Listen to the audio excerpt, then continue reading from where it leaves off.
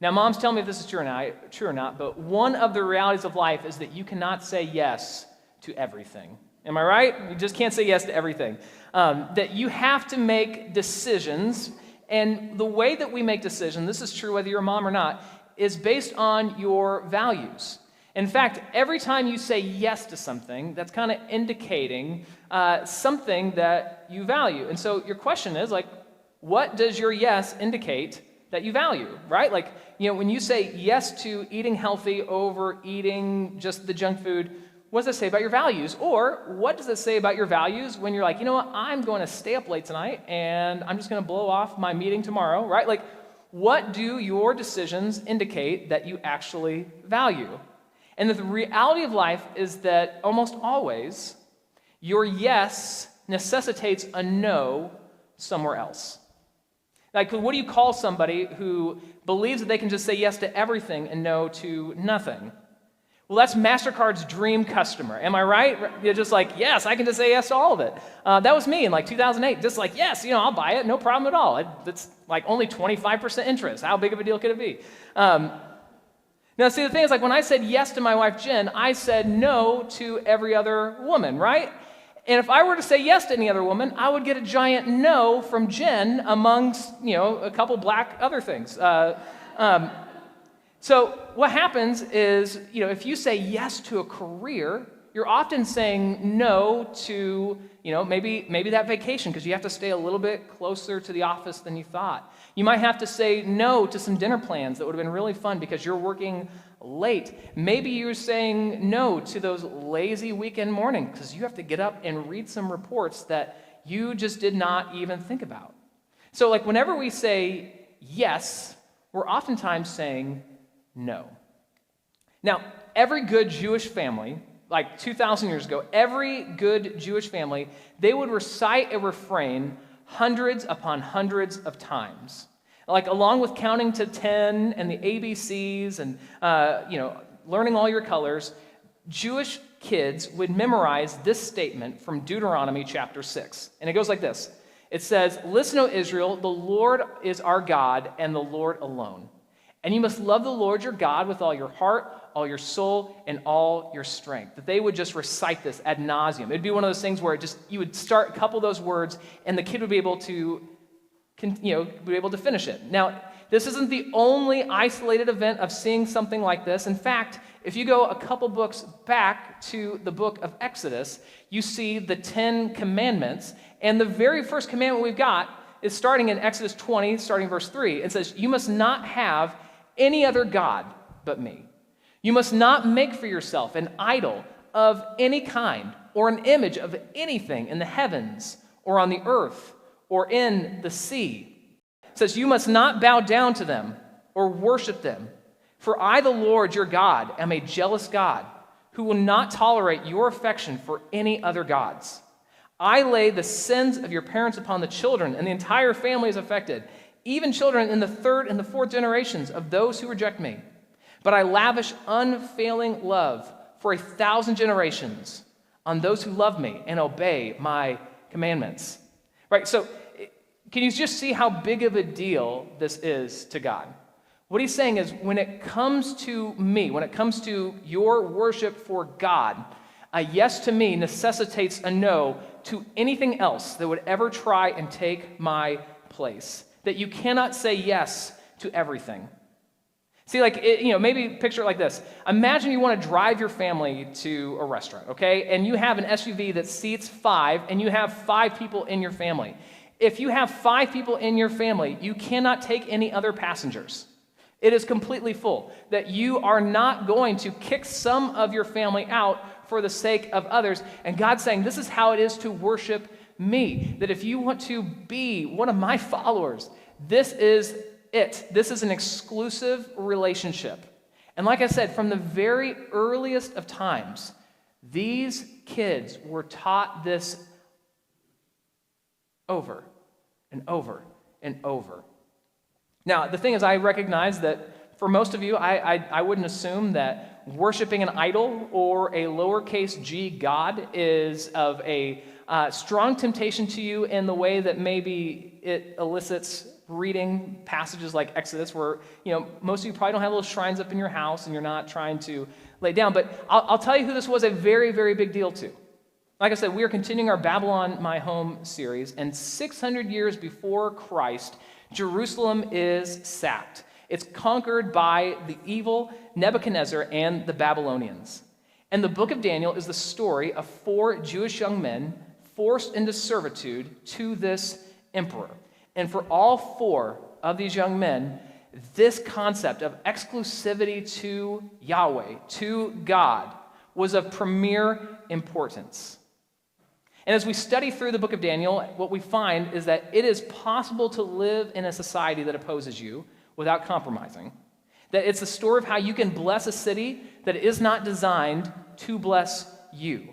This is a story of how you can even thrive living in the city of Babylon. And last weekend, when we looked in the book of Daniel, we started chapter 3. And this was a moment where Nebuchadnezzar was building a monument to himself. And we talked about some of the effects of pride. And what he does is he builds a statue that is 90 feet tall, it is 9 feet wide, and he commissions an orchestra. And he calls in everybody that's on the city's payroll, come out to the plains, we are going to have a moment where we start to worship. And the instructions are incredibly simple. As soon as you hear the music, stop what you're doing, drop to your knees, and start to worship. Start to get excited because this is going to be incredible. This is from Nebuchadnezzar's perspective. He's like, but if there's any that choose not to do it, we are putting our foot down, we're not going to be a part of this. Don't worry, I've made plans for you. And he wheels out this giant furnace. So that it's a large structure that they have filled with all sorts of flammable materials, and they are getting it lit. They are getting it going to make sure that everyone knows this is the consequence for not being part of this. So like I said, there's probably thousands who are gathered here on this day to worship what the king has built, and the king Nebuchadnezzar, he is feeling it. Years of hard work and outmaneuvering other people has culminated in this moment. Like, how many political opponents did he need to outsmart? How many meetings before the battle did he have to sit through and listen to everybody's bad ideas until he finally came in and saved the day? I mean, you don't become the emperor of the Babylonians by being soft. And so the music starts to play, and the crowd starts to move. And there is power when you have thousands of people all moving in unison to the same song together. And I'm sure for Nebuchadnezzar, it was intoxicating as he just receives all the adulations and all the worship from everybody there, except for 3 young men who decide they are not going to bow. And here's how he finds out about it. In verse 8 of Daniel 3, it says, "But some of the astrologers went to the king and informed on the Jews." Now, as we've talked about, Babylon is very multi-ethnic, but they definitely saw race. That this might not have been 100% motivated by an anti-Semitism towards the Jewish people, although I do believe that played a role.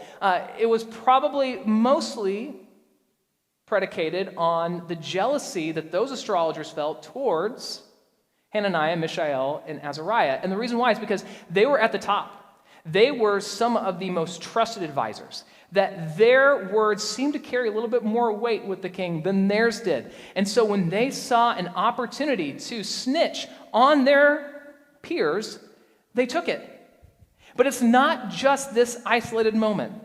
Because of just even the framing of it and how it's presented, here's what we know is that their decision on that day not to bow, it was going to reflect on every other Jewish person in the Babylonian Empire. That their decisions on that day would have reverberations that would go out from that place, that everyone else would see the Jews and their God through the lens of their actions on this day. And it says in verse 9, the astrologers said to King Nebuchadnezzar, "Long live the king. You issued a decree." Do you remember when you did this? It required all the people to bow down and worship the gold statue when they hear the sound of the horn, the flute, the zither, the lyre, the harp, the pipes, and the other musical instruments. That decree also states, in case you forgot, that those who refuse are going to be thrown into a blazing furnace. But there are some Jews, Shadrach, Meshach, Abednego, those are their Babylonian names, whom you have put in charge of the province of Babylon. They pay no attention to you. Your Majesty, they refuse to serve your gods, and they do not worship the gold statue that you have set up. They were supposed to worship, they were supposed to bow, but they didn't. And let me just remind you, here's what's at stake. These are some of the highest ranking officials in the empire. One of the things that we learned is they are part of the governorship over not just a part of Babylon, but of Babylon. All they had to do was just drop to a knee, and they could avoid being killed, and they could go on living their incredibly comfortable lives. But yet they don't. All right, moms, I'm going to talk to you again. Let's start with something that I know you moms know really, really well, and that is where to draw the line, right? Like, I don't know if any of you can relate to this, but when I was a kid, I had this illusion that my mom was not like a real person. You know what I'm saying? Where she didn't have her own feelings or emotions, she just kind of operated to make sure that I obeyed. Right? That was kind of my vision of my mom. But then as an adult, and I got to know real moms, and I got to know my wife, who is a mom, I started realizing, wow, moms are people too. I had no idea. This is incredible. Because in my mind, when it came to rules, philosophies, and discipline, I thought my mom has it all figured out. And she knows exactly what she's doing, and she is as rigid as steel. And maybe she was. I don't know, maybe she was. But now I'm realizing that the majority of moms, they have plans until day one, and then it's all right, now we just have to make sure that we survive a lot of this. It's kind of like this. Here's a very modern example. Our kids are not going to have screen time until they're 14 years old. And then by the time the third kid rolls around, it's did I say 14? I meant 14 weeks, right? Once they had 14 weeks, then I think the prohibition is off. We can do whatever we need to. It's my kids are only going to eat what we put in front of them. And so eventually it's as long as it's not toxic, we'll make sure that Play-Doh, that's fine, right? There's got to be some nutritional value. At least they got something on their stomach, all right? I think we're okay. But I'm not saying moms are pushovers, because that is the opposite of that. What I'm saying is that moms are a lot like those guards at the baseball stadium. When they figure out what's really, really important to them. Have you ever seen the guy get onto the baseball field who shouldn't be there? And you have the baseball stadium security track that guy down, they are covering the middle of the field, and they're strong safety. Or it's it looks very similar to the guards at the White House if somebody got over the fence with a gun, right? They take him out. That is the majority of moms when they figure out what's really, really important to them, right? They figure out where their line is and they hold it. Now, most of us, we have a few areas in life where we say, you know what, I'm going to hold the line right here. And my question for us to wrestle with today is, on a spiritual level, where do you hold the line? What is it that's important to you? See, because for Shadrach, Meshach, and Abednego, they'd say, we are holding the line at bowing towards this gold statue that Nebuchadnezzar has made. For them, there is no explaining it away hey, we didn't really mean it, or I bowed with my knee, but I didn't bow with my heart, so I think I'm okay. For them, they're saying, this is an act that no matter what my motivation is behind it, if I am going to participate, it is crossing a line that I should never go past. And I think most of you can actually relate to this. There are some actions that, regardless of where your heart is at, it says something about you. So I can't go to my wife and say, all right, so I cheated on you, but don't worry, I didn't really love her, right? You can't say that. And the reason why is because it doesn't matter what the motivation of my heart is. The action itself is crossing the line. And so to cross it is to say, I have found something better to hold the line for. It's My yes is necessitating a no, and now my no is necessitating a better yes. And let me remind you, Nebuchadnezzar has not gotten where he is by being soft or letting people freely express themselves. So he calls Shadrach, Meshach, and Abednego over to him, and he starts berating them and asking them, are the accusations true? And he does something that he would have never done for anyone else. He gives them a second chance. Like, this just speaks to how valuable they were to the empire. He's like, all right, we're going to start this over again, and you guys better be on a knee when this happens. And rather than receiving it and saying, wow, I think God just gave us an out. Like, I think he just delivered us from this. This was their response in verse 16. It says, Shadrach, Meshach, and Abednego replied, O Nebuchadnezzar, we do not need to defend ourselves before you. If we are thrown into the blazing furnace, the God whom we serve, and catch this phrase right here, he is able to save us. It's possible. But then listen to this next thing. He will rescue us from your power, your majesty.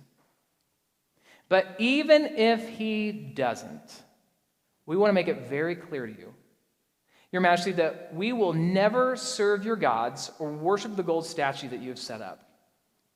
And at this, Nebuchadnezzar cannot take it anymore.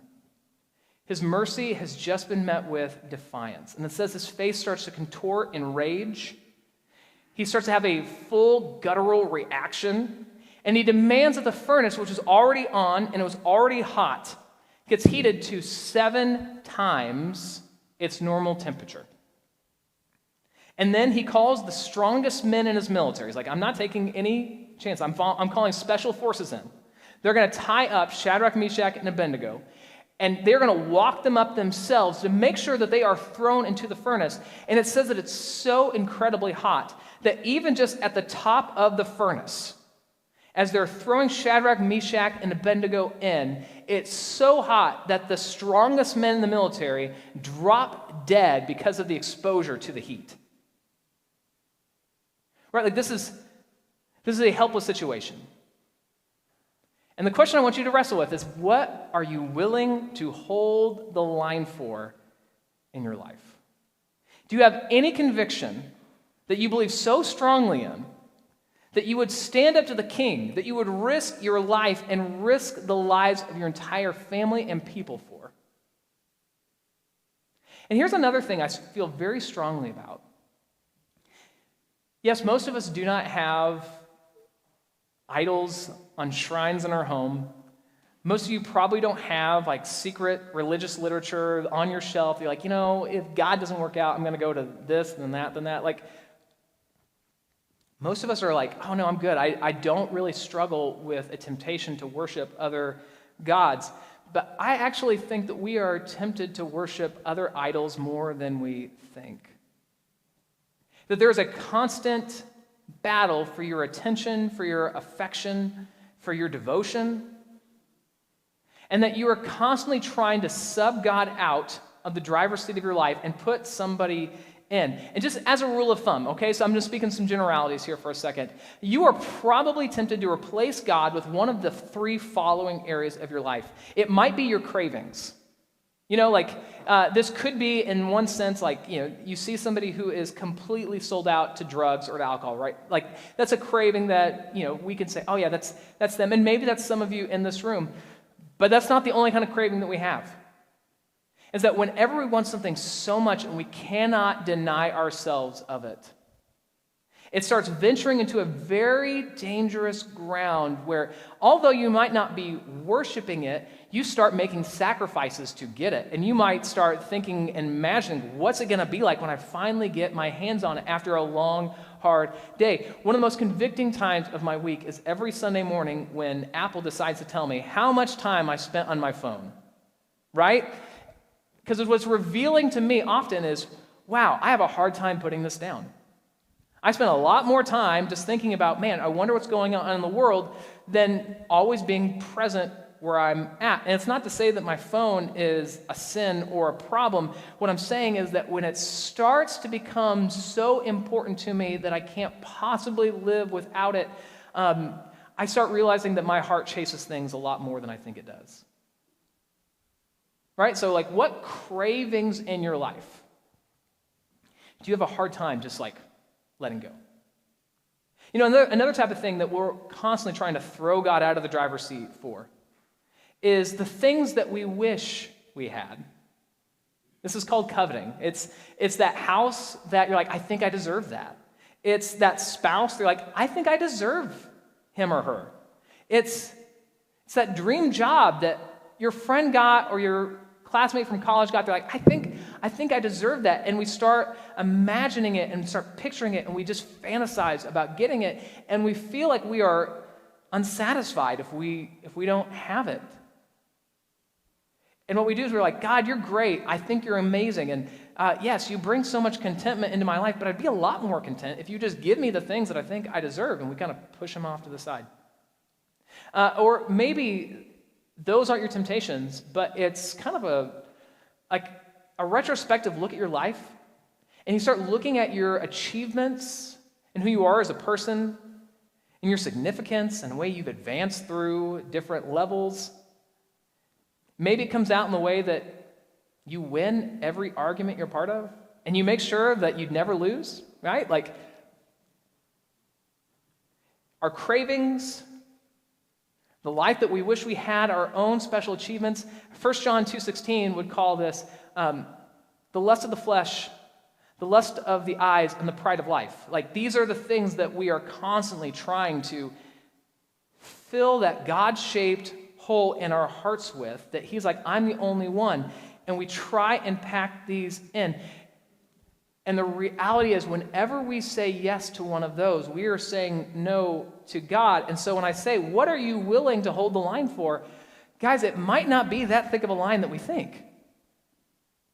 We might be a little bit more prone to saying, yeah, I'll bow, than we think we are. You know, I also find it really interesting in the story that when they go before Nebuchadnezzar,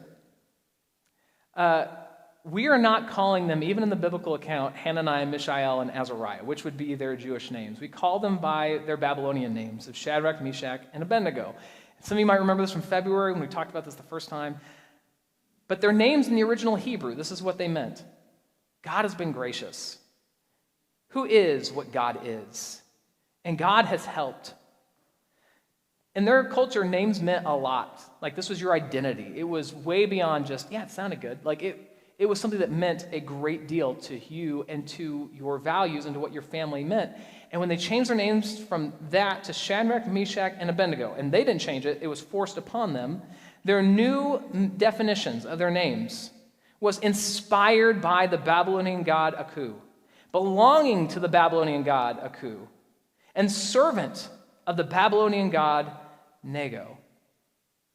Like, it's interesting to me that when Nebuchadnezzar says, Shadrach, Meshach, and Abednego, why are you not bowing to the statue? They're not like, don't call us that. Those are not our names. They take it and they roll with it. But when they're told to bow a knee towards this new god and this new statue, they say, no, we are holding the line. Absolutely not. That for them, there was some sort of a difference between things that were forced on them and things that they willfully participated in. And the reason why I even bring this up is because, let's just acknowledge it for a second. There's a lot to be frustrated with in our culture right now. Right? There's a lot of things that have just changed, even within our own lifetimes. I don't feel like I'm that old, but like even like in my lifetime, just Orthodox Christianity has gone from something that was like celebrated, and we're like, wow, yeah, that's awesome, like applause to it, to something that's been cautiously tolerated, where it's, you know, there's an uneasy peace, that in some instances, it is just straight up reviled. And I know that you live in this tension too, where it's like, man, if people, if people knew some of the things that I believe, like how are they going to perceive me and how are they going to act upon me? And right now, I feel like there's a lot of us that are kind of at this point or at this juncture where we're trying to figure out, like, do I become a culture warrior and fight about everything? Or am I supposed to just go with the flow? I mean, these are questions I'm wrestling with. I'm sure that a lot of you are wrestling with too. And I just want to remind us for a second, we don't talk about this maybe as often as we should, but there is a guarantee straight from the Bible that people are going to take issue with us if we follow Jesus. The church leader, Paul, that we talked about earlier today, he writes this to Timothy in 2 Timothy 3:12. Yes, and everyone who wants to live a godly life in Christ Jesus will suffer persecution. One of Jesus' disciples, Peter, writes, "Dear friends, don't be surprised at the fiery trials you are going through as if something strange were happening to you." Like, don't be shocked by this. And in the words of Jesus, if the world hates you, remember, it hated me first. And so, if you are like me and kind of wondering, like, what do we fight for and what do we not fight for? Here's something I can guarantee. Here's the posture we have to take as followers of Jesus. We cannot compromise where we are not given any freedom to. And I would highly recommend for all of us that we come to grips with the reality that your yes to Jesus is going to mean a no to something else. And that no might cost you something. It might cost you relationships. It might cost you money. It might cost you opportunity. It might cost you comfort. But at the same time, I would recommend don't run around looking for altars to throw those things onto, saying, like, I want to jump into any and every fight that will take me right now.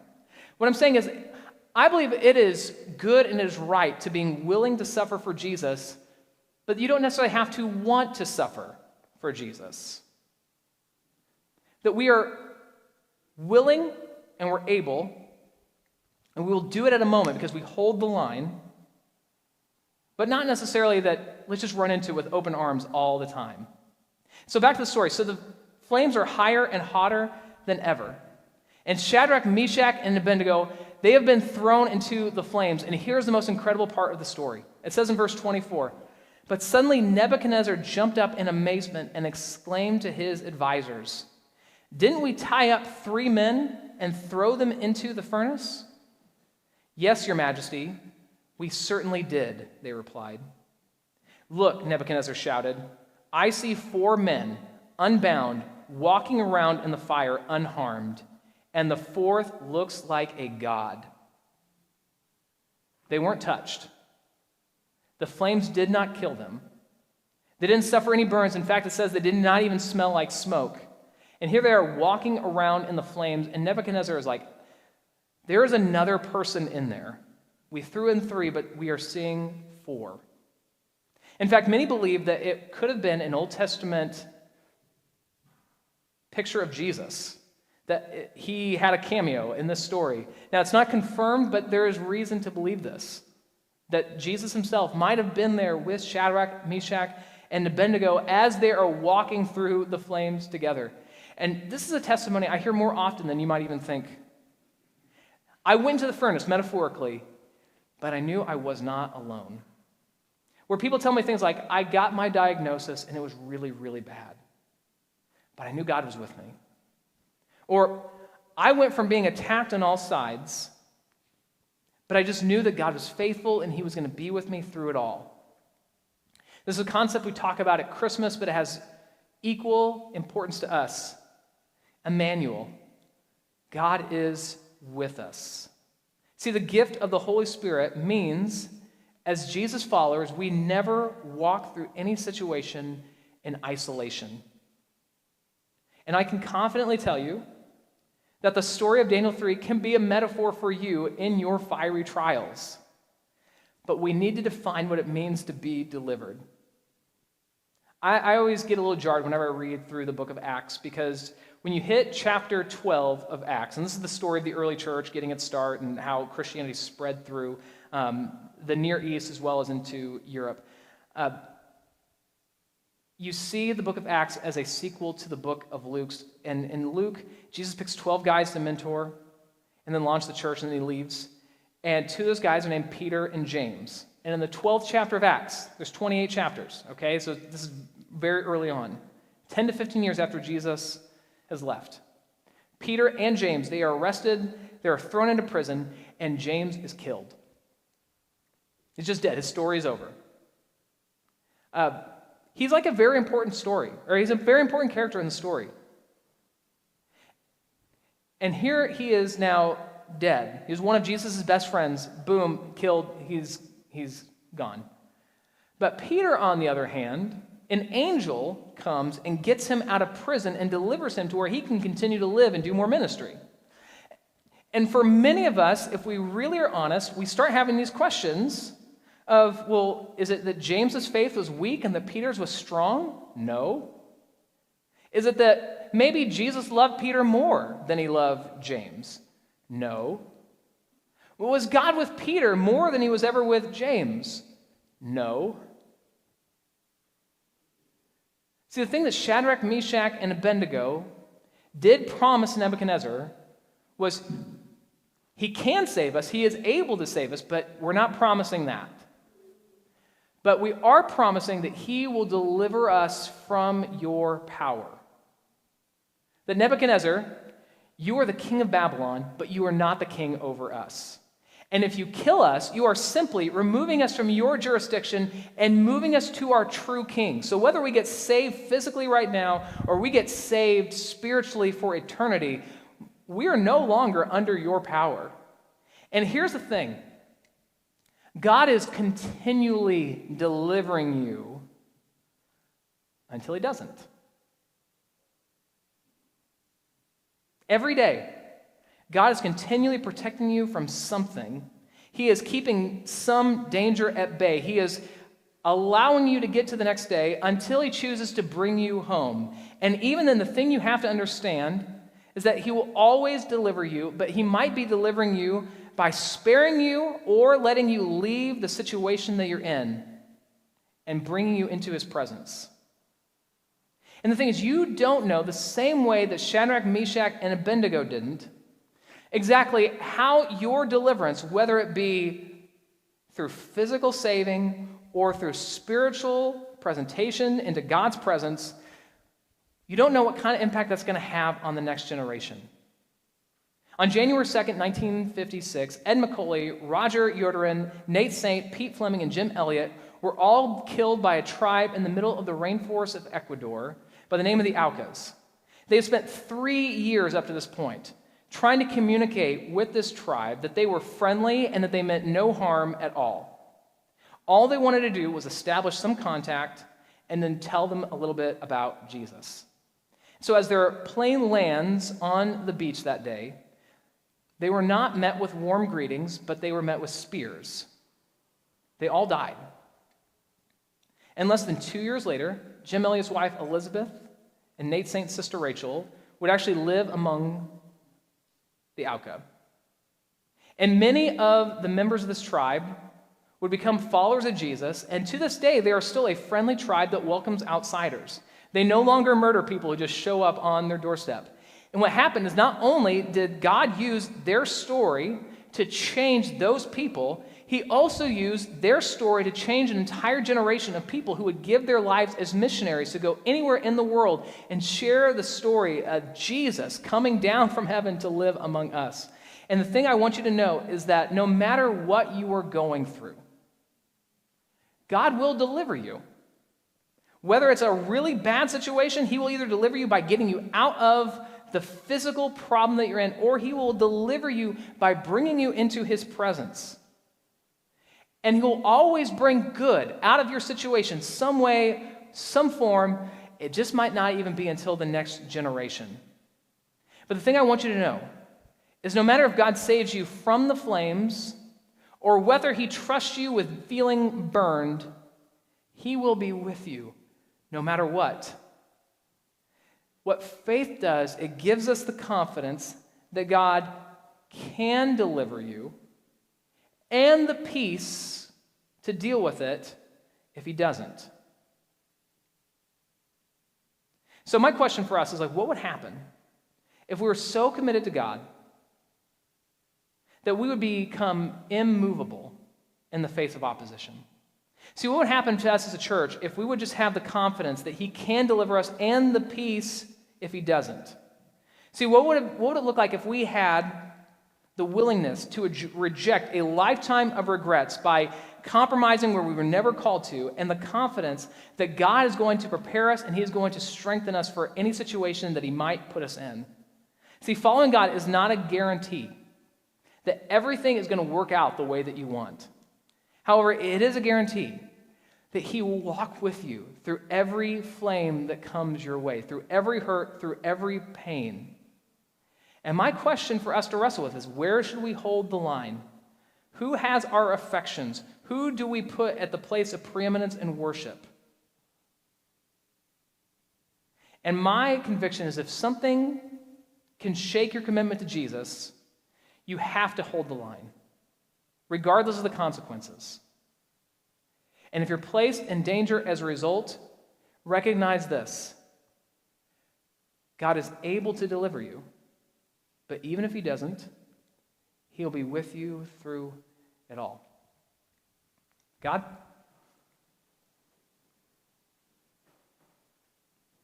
I can't imagine the kind of pain and turmoil that some of the people in this room are feeling today. Whether it is a fiery trial by their own making, or whether it's one that's been thrust upon them from outside factors. And God, I know that there's a million questions going through the minds of people of, God, what does it all mean and what should I do? I'm praying that they could have a confidence that you will walk with them in that trial. The same way that Shadrach, Meshach, and Abednego found that there was a fourth member of their crew that day. That they would have that same confidence. That God, you're with me through it all. And God, I'm praying for the peace to deal with any situation, regardless of what the outcome might look like. But God, that we wouldn't put our trust in our own thoughts or our own feelings, but rather we would put it in your immovable, unshakable, strong, and resilient self. God, I pray for those who want a relationship with you, to experience your peace and to experience your presence through the worst and the best of times. The God, that you would put this prayer on their lips of, God, I'm willing to put it all on the line for you.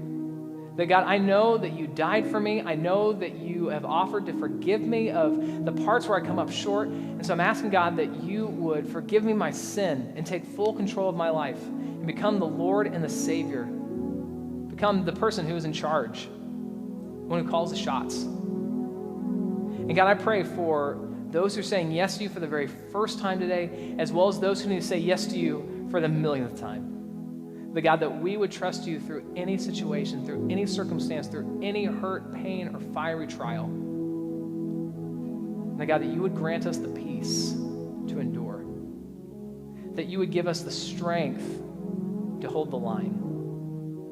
And the God, that we would be faithful to you the way that you have been faithful to us. Praise in your Son, Jesus' name. Amen.